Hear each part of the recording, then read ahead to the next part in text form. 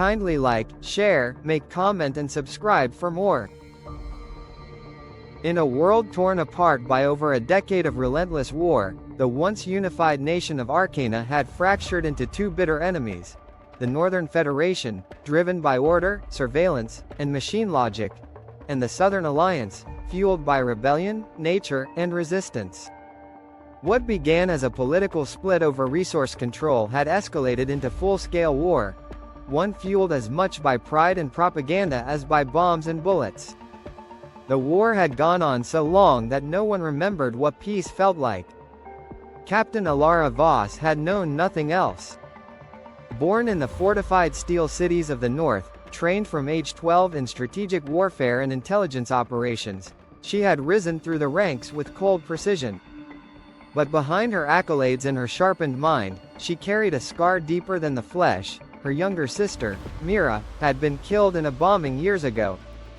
Official reports had blamed the South, but whispers and forbidden documents had seeded a gnawing doubt that the Northern Command had authorized a strike on its own refugee convoy to justify the escalation of war. Alara hadn't spoken of it in years. Not even to herself. Lieutenant Cale Arden was no stranger to grief either. A former poet and schoolteacher from the Southern Valleys, he was conscripted when the war reached his doorstep. His hometown, Liren, had been obliterated by a misfired Northern drone. Among the dead were his father, his mother, and his younger brother, Micah. Cale buried them with his own hands, then burned his books and took up arms. But no amount of battle hardened his heart. He remained thoughtful, quiet, a soldier with a soft voice and a fire inside.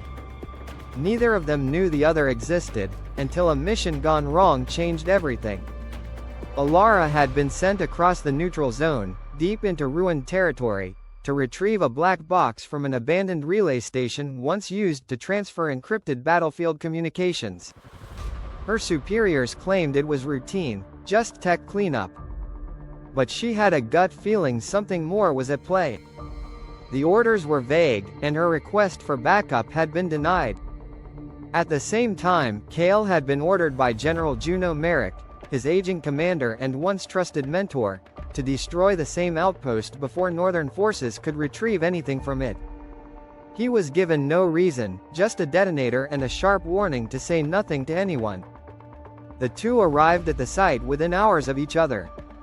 The crumbling facility stood on the edge of a flooded urban crater, half swallowed by vines and thyme. As Alara entered the control room, Cale set the charges below.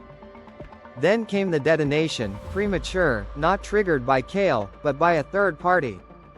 A series of explosions rocked the foundation.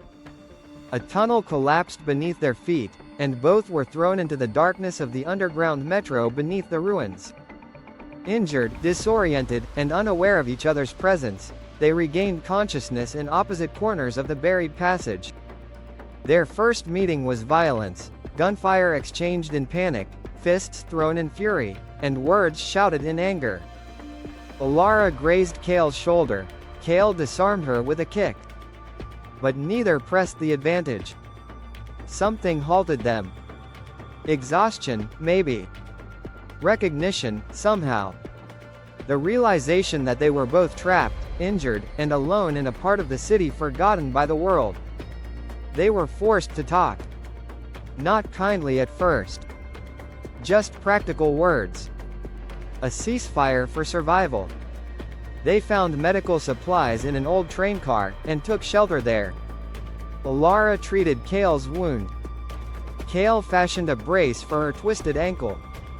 They built a fire from broken seat frames and rationed out what little food remained. The hours turned into days. At first, they avoided real conversations. Alara didn't reveal her name. Cale said little of his past. But the silence pressed on them like the walls around them, and eventually, it broke. Cale spoke first, not about the war, but about poetry. He recited a few lines he remembered by heart, words about winter and resilience. Alara laughed, quietly. Her sister had written poems like that. Alara spoke next, of dreams she once had of becoming an architect, of building rather than destroying. She spoke of a place called Myris Field, a patch of sunflowers that no longer existed.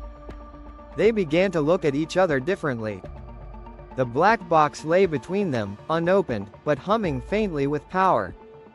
One night, driven by curiosity and distrust, Alara opened it using a code she wasn't supposed to know.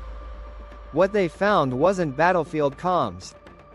It was a data archive, logs, videos, reports, proof of joint operations between high-ranking members of both factions. Missions where soldiers had been sent to die for political optics. Attacks falsely blamed on the other side. Evidence that the war had been sustained not for necessity, but for profit, control, and shared corruption at the top. It was bigger than either of them imagined. Alara wanted to take the data to her command. Kale stopped her. He had no faith in his leaders. He said they'd bury it, or kill her to keep it quiet. She accused him of cowardice. He accused her of naivety. They argued. Screamed. She told him he didn't understand sacrifice. He told her she didn't know loss. Then, suddenly, they kissed.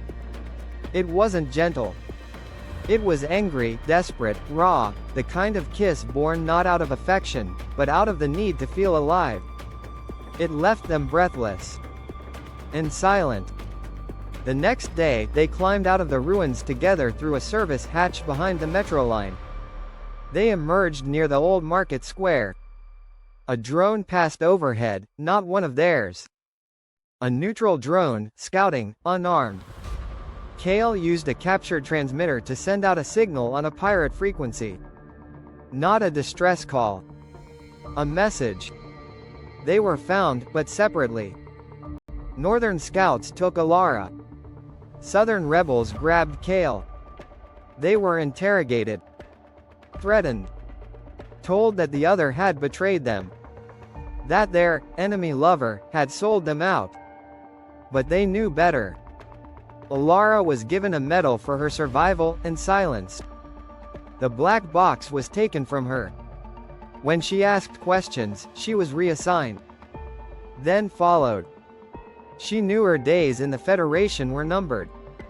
Kale was accused of desertion, then mysteriously released by General Merrick, who warned him, "Loyalty is more valuable than truth." Days later, Alara received an encrypted message, one only Kale could have sent. It contained coordinates. They met at dusk, in the ruins of a cathedral bombed 5 years ago. It had once been a place of worship.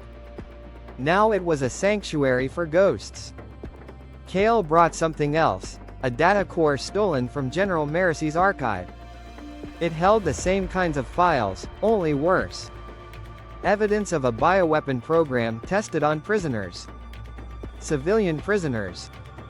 Southern and Northern. They weren't just victims of war. They were experiments in it. A third figure emerged from the shadows, Riven, a rogue journalist once branded a traitor by both sides. He had been tracking this conspiracy for years. With the files they now had, he said, they could ignite a revolution. Not with weapons, but with truth. They planned to hijack a signal tower in the eastern wastes, an old global comms post that, if activated, could override all national broadcasts for 10 minutes. But word had leaked. They were followed. During their final preparations, ambush struck. Alara, Kale, and Riven fought back, but the journalist was gunned down. His last words, "Tell them everything." Alara and Kale escaped on foot. Injured, breathless, hunted, but alive. Together, they made it to the tower. Together, they activated the signal. And together, they sent the files, to every screen, every radio, every command station, every soldier, and every citizen. Names, dates, orders, death counts, betrayals, lies. It changed everything. The war didn't end overnight. But protests erupted. Mutinies began.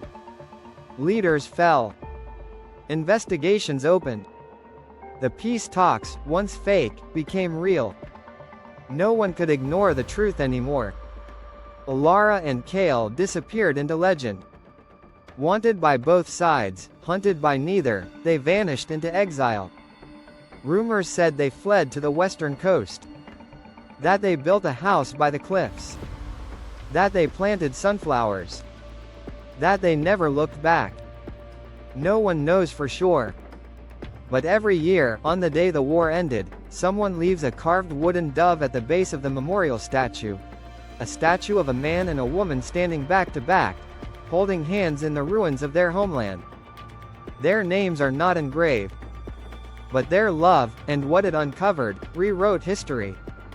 Please like, share, comment and subscribe to my channel for more.